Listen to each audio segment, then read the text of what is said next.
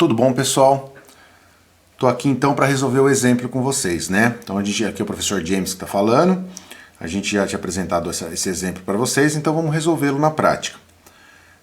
Então é um exemplo onde mostra a questão da importância do equilíbrio do balanço patrimonial. Então sempre a questão do ativo estar em equilíbrio, né, com o passivo mais patrimônio líquido, tá bom?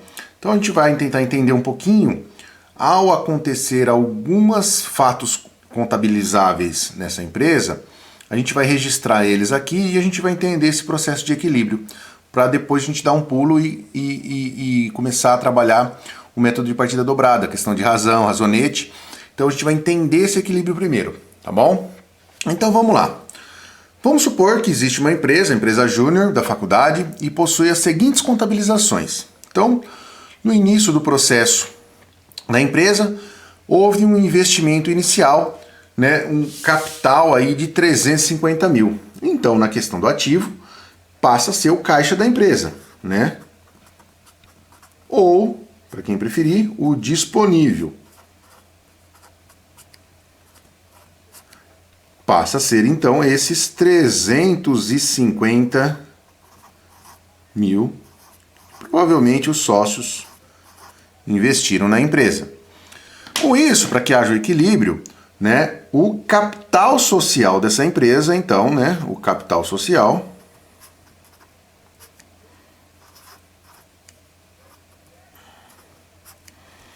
passa a ter também esse montante, né, registrado de 350 mil.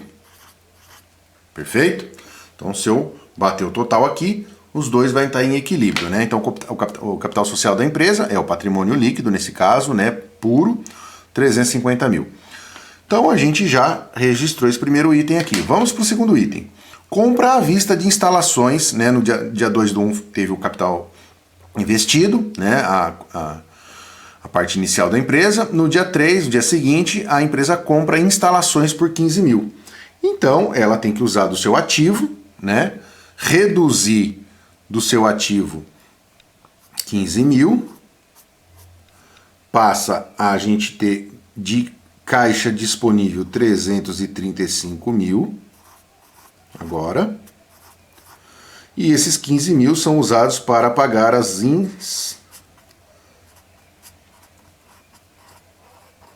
instalações.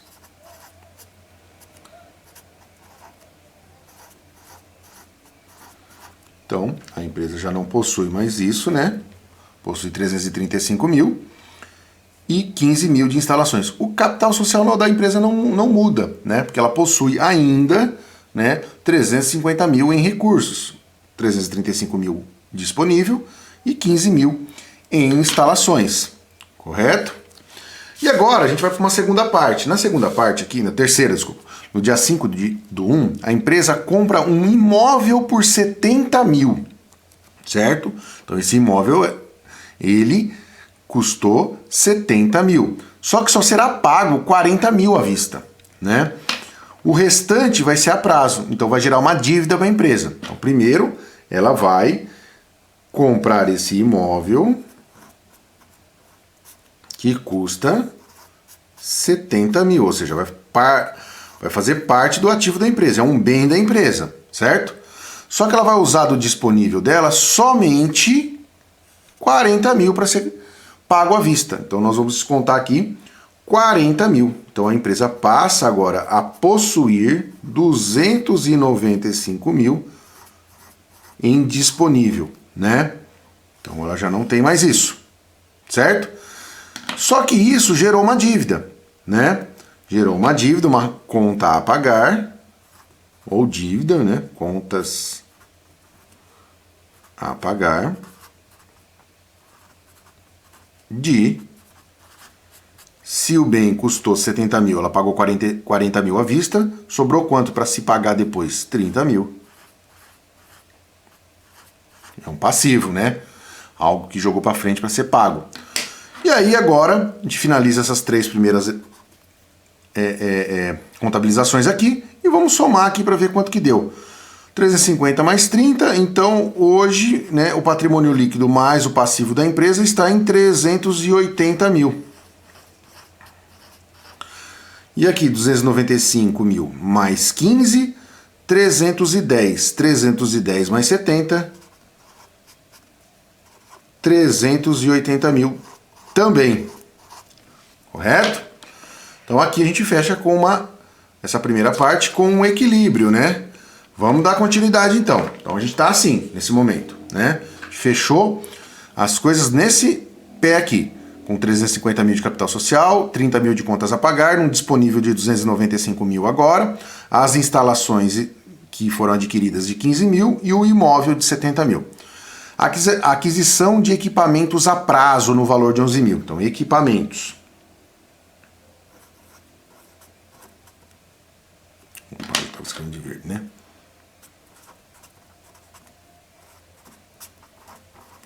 Equipamentos. O valor de 11 mil. Certo? Esse dinheiro vai sair do disponível? Não, porque foi comprado a prazo. Então, na verdade, vai aumentar as minhas contas a pagar. Então, ao invés de eu ter 30 mil de contas a pagar, agora eu terei 30 mil mais 11 mil, 41 mil de contas a pagar. Então, isso eu já fiz. Obtenção de um empréstimo para capital de giro, né? No valor de 30 mil com o Banco SA. Então, se vai virar capital de giro, na verdade o meu disponível vai aumentar. Então, eu vou conseguir mais 30 mil aqui, né? Para o meu disponível. Se eu tinha 295 mil, passo a ter 325 mil agora no meu caixa, no meu disponível com esse empréstimo, certo? Ao mesmo tempo, agora eu tenho também um empréstimo para pagar, né? Um empréstimo aqui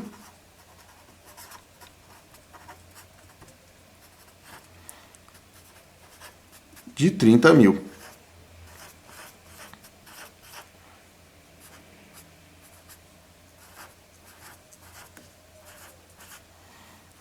Deixa eu vermelhinho aqui também, né? Então, um empréstimo de 30 mil. Certo? Então, a segunda parte aqui também fez. Pagamento de 6 mil referente à dívida de 11 mil. Então, essa dívida de 11 mil que foi adquirida agora aqui em cima, no dia 17 eles resolveram pagar 6 mil dessa dívida. Então, eu vou ter que tirar aqui um valor referente ao pagamento desses 11 mil. Então, eu passo a ter no disponível quanto? Já que eu vou tirar do caixa para pagar essa dívida. 6 mil vai ser pago, 319 mil sobram aqui no meu disponível. Certo? E eu acabei pagando 11 mil das minhas, 6 mil das minhas contas a pagar. Ou seja, quanto que eu passo a ficar devendo agora então? 35 mil. Né? Então, eu finalizei essa segunda parte aqui também. Vamos ver quanto que ele ficou, né, nesse equilíbrio aí. 350 mil mais 75 mil. O passivo mais patrimônio líquido fecha com o valor de 415 mil. Né? 65 mil mais 350 mil, 415 mil. Perfeito. 319 mil mais 11 mil, 330 mil mais 70, 400 mil mais 15, 415 mil. Essa é a importância da gente manter as contas equilibradas. Então estamos mantendo a questão do equilíbrio.